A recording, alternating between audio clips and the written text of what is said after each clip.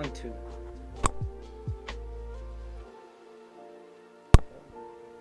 1 2 1 2. Well, aloha there. It's been a while, but yeah, from last time I remember talking about Ethiopia, going through its history around the 20th century, pretty much what happened during 1900s.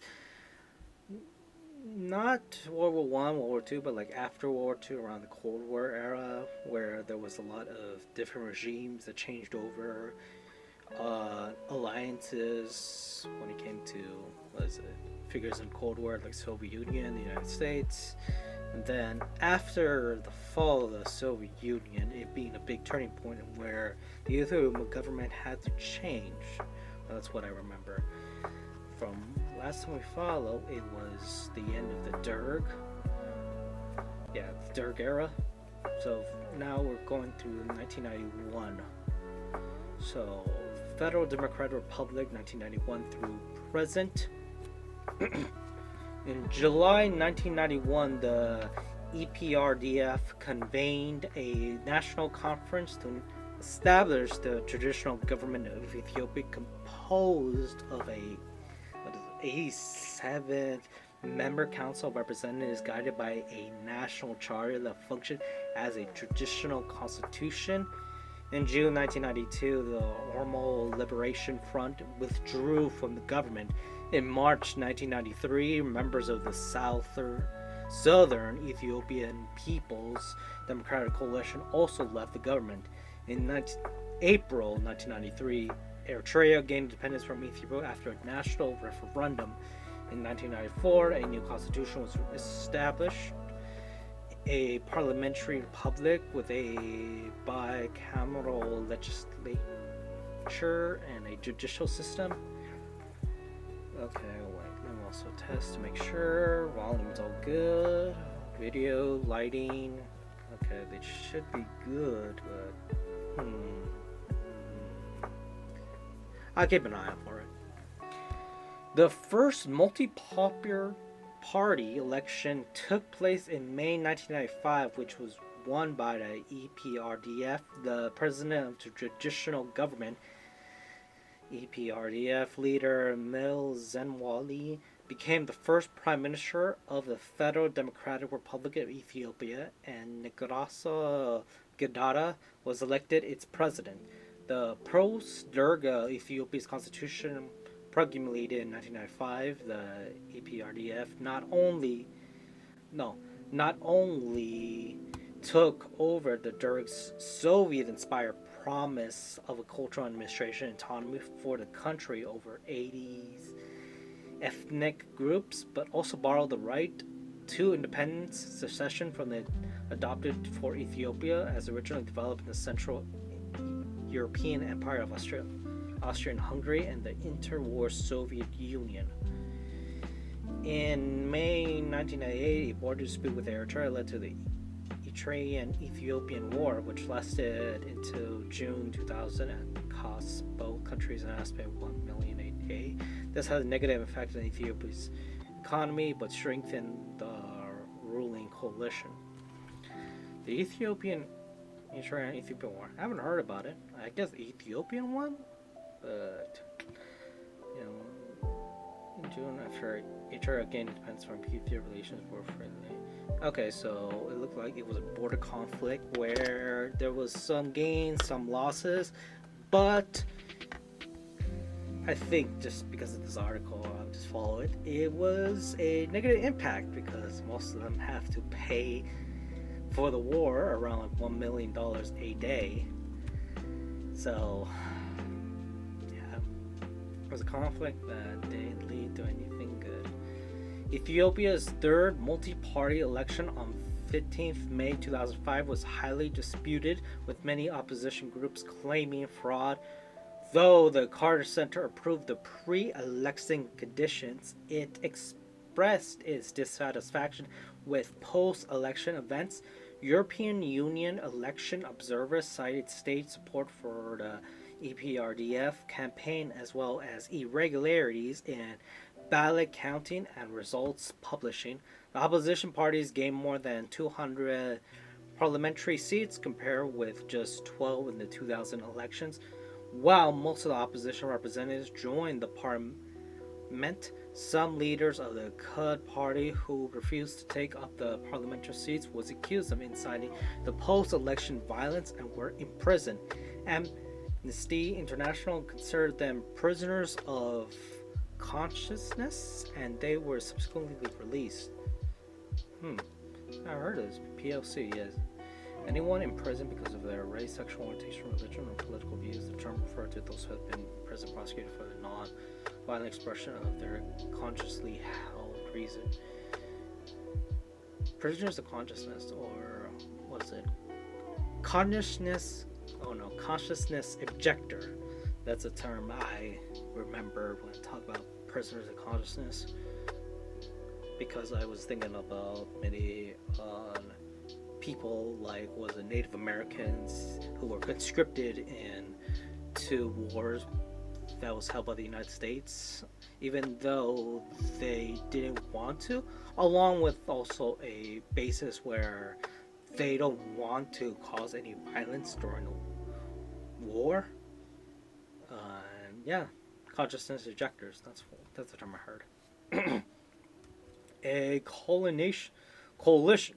Actually, you know what? Let me try this again. Is it? A coalition of opposition parties and some individuals were established in 2009 to oust the government of the EPRDF in legislative elections of 2010. Meli's party, which has been in power since 1991, published its 65-page manifesto in Addis Ababa on 10th October 2009. The opposition won most votes in Addis Ababa, but the EDRF halted the counting of votes for several days after it initiated its claimed the election amidst charges of fraud and intimidation.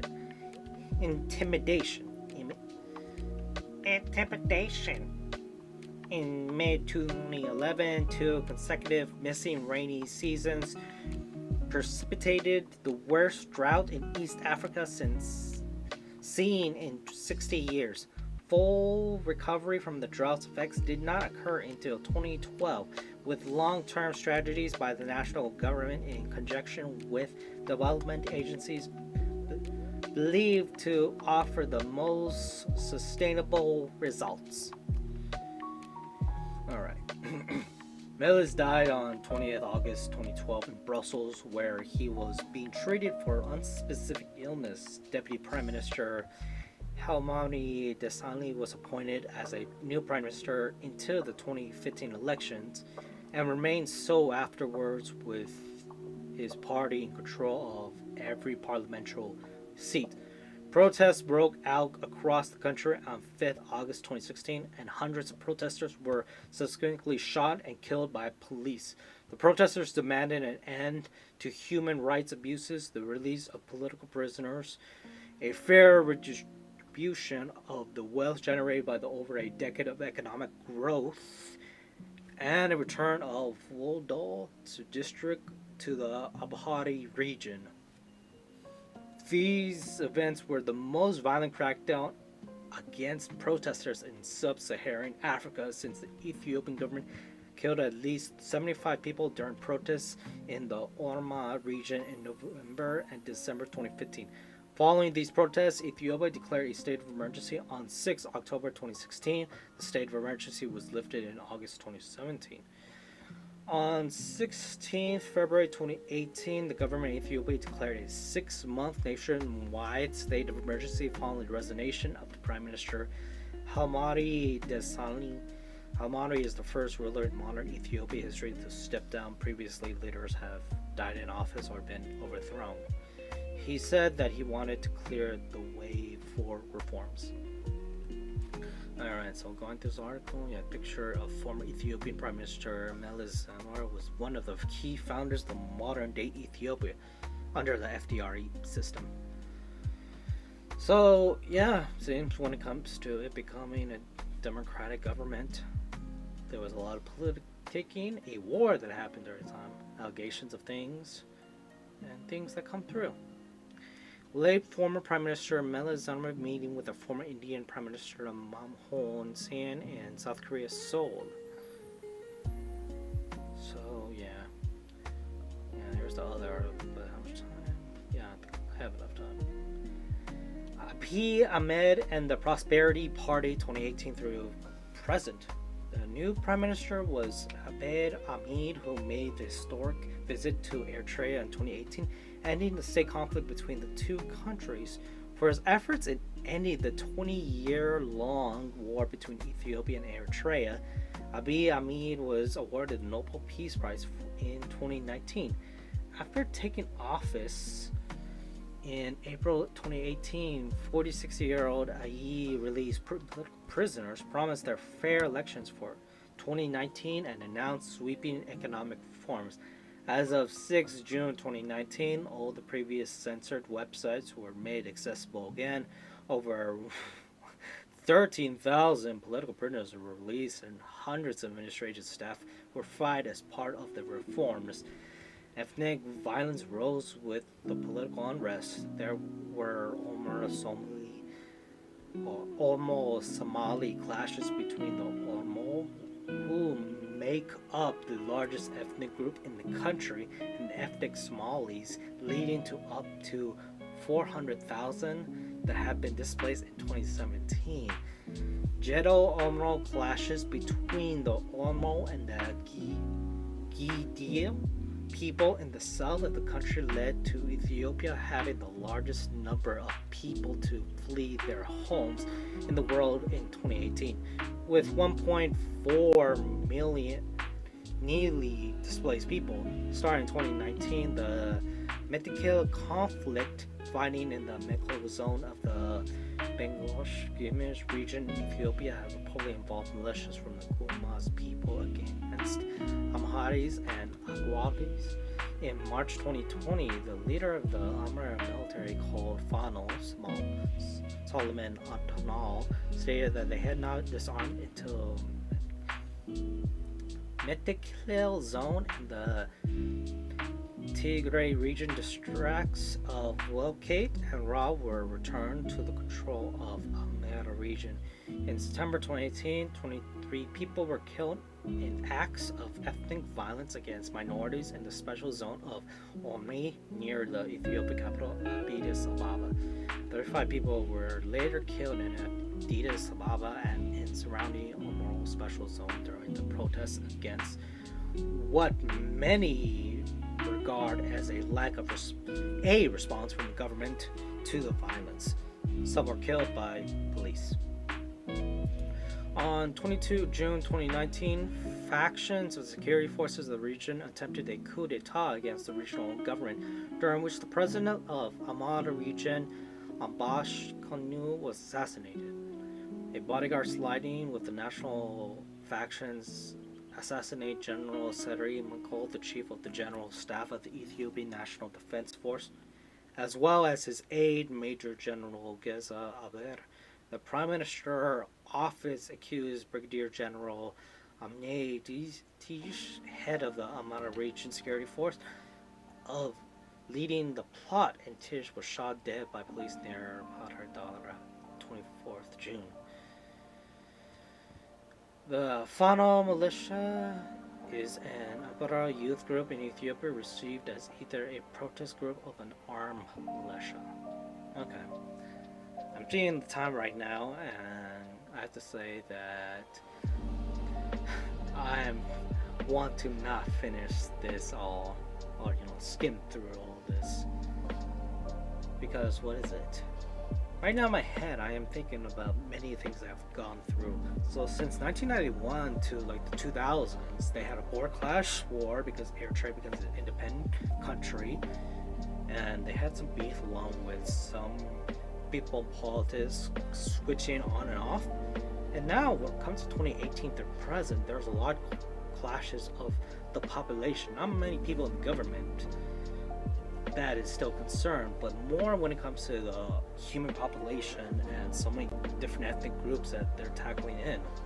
If they did say around 80 ethnic groups have the right to succeed, this is probably an impact of that, but it is creating so much tensions that the Derg government, or what we read, didn't face. They rather just kill the political prisoners, which was far worse.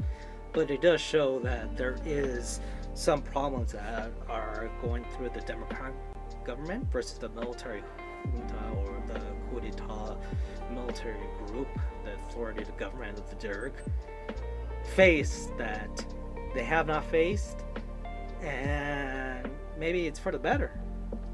After all, they don't have to worry about political unrest. You can follow other issues that have been underlying grown problem. But anyway, for my ramblings, I have to say so long, but hopefully I'll be back. We'll see as it goes. Aloha!